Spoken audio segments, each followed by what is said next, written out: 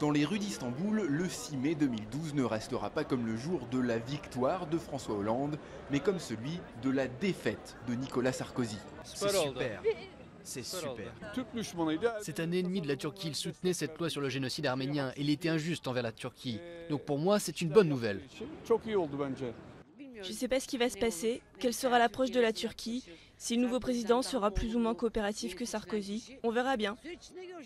Entre son refus complet de l'adhésion de la Turquie à l'Union européenne et son récent projet de loi de pénalisation du déni du génocide arménien, le bilan de Nicolas Sarkozy, vu d'ici, est très négatif. Ça relevait plus du mépris et de l'ignorance que d'un partenariat. François Hollande, lui, s'est prudemment très peu exprimé sur la Turquie pendant la campagne, appelant simplement à des relations apaisées avec Ankara.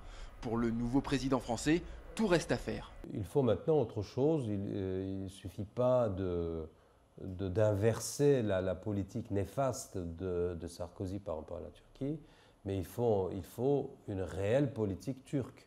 Aujourd'hui, la Turquie est toujours officiellement candidate à l'entrée dans l'UE, une perspective à laquelle jusqu'à présent Paris et Berlin étaient résolument opposés.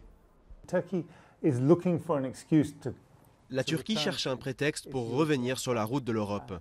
Tout ce concept de Turquie en tant que force autonome, capable de gérer seule son futur au Moyen-Orient, a évidemment le vent en poupe en ce moment à Ankara.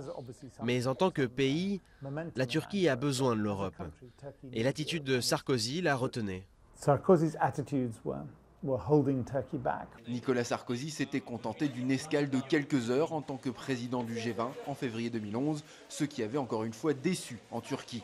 Si François Hollande vient en visite officielle, il sera le premier président de la République à le faire depuis François Mitterrand en 1992.